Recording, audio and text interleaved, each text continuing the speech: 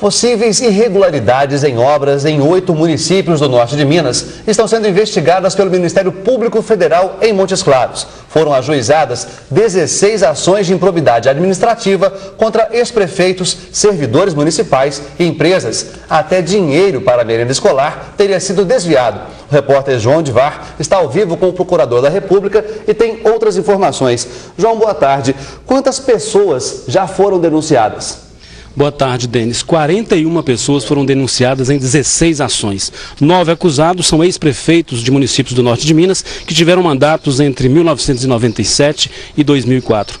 Outras informações nós vamos ver agora aqui com o Procurador da República, Alain Versiani de Paula. Bom, quais municípios são esses?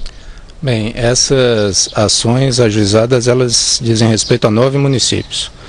Guaraciama, Icaraí de Minas, Manga, Verdelândia, Claro dos Poções, Jaíba, Riacho dos Machados, Ninheira e Gameleiras. Mas é importante ressaltar que essas ações elas são apenas parte de um conjunto maior, que envolvem vários outros municípios, dezenas de outros municípios da região que já tramitam na Justiça Federal em Montes Claros. Quais são as irregularidades investigadas? Olha, as irregularidades elas são muito variadas, vão desde a ausência de prestação de contas, quer dizer, o prefeito ele não entrega os documentos para mostrar onde o dinheiro foi aplicado, até passando por fraudes a licitações, que são muito comuns, e chegando ao efetivo desvio dos recursos públicos. Bom, essas fraudes, elas ocorrem de que forma? Bem, elas contam, e é um dado a se lamentar, né? Porque a corrupção ela nunca tem um lado só, né? Geralmente essas fraudes contam com a complacência e participação ativa de empresários, empresas, muitas empresas fantasmas já identificadas aqui na região, e elas são feitas por meio de montagem de processos licitatórios, emissão de notas frias para permitir os saques dos recursos, com a posterior divisão e apropriação desses valores. Essas irregularidades elas envolvem quanto em dinheiro e tem assim programas específicos que elas são praticadas? A atuação do Ministério Público Federal ela está limitada no que toca aos municípios à transferência de recursos federais, né? Essas ações anunciadas hoje, elas envolvem aproximadamente transferências de 2,5 milhões de reais e são relacionadas às áreas de educação, recursos para merenda escolar, transporte escolar, assistência social, programas de erradicação do trabalho infantil e também obras de interesse da população mais carente, como melhorias sanitárias para controle de doença de Chagas e módulos sanitários domiciliares.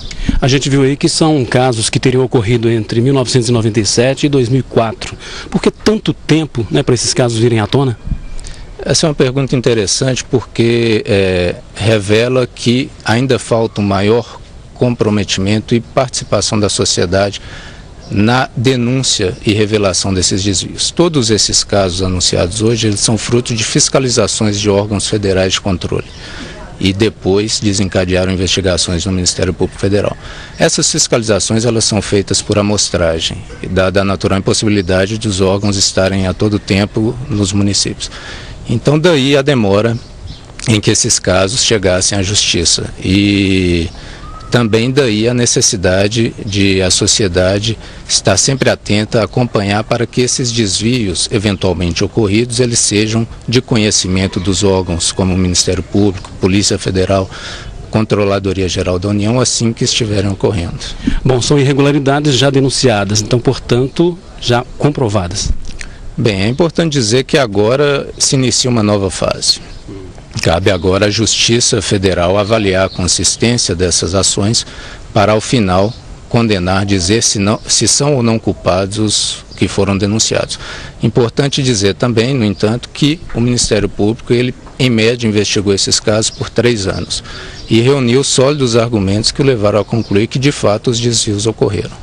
Quais as punições assim, que estão sujeitas, as pessoas aí acusadas?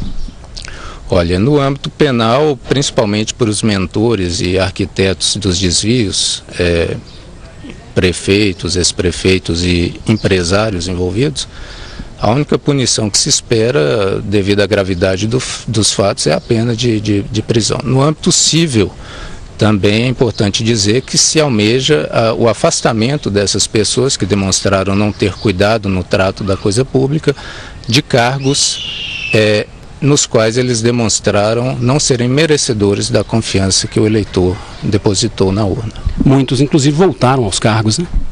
Alguns desses casos, infelizmente, retratam algo que a gente já viu que acontece, não apenas aqui no norte de Minas, mas também olhando esses escândalos maiores, como o Mensalão e outros, né? Os envolvidos, eles recebem nas urnas, posteriormente a demonstração do seu envolvimento nesses escândalos, os votos e conseguem se reeleger, infelizmente. Ok, muito obrigado pelas informações. É com você, Denis. Muito obrigado, João.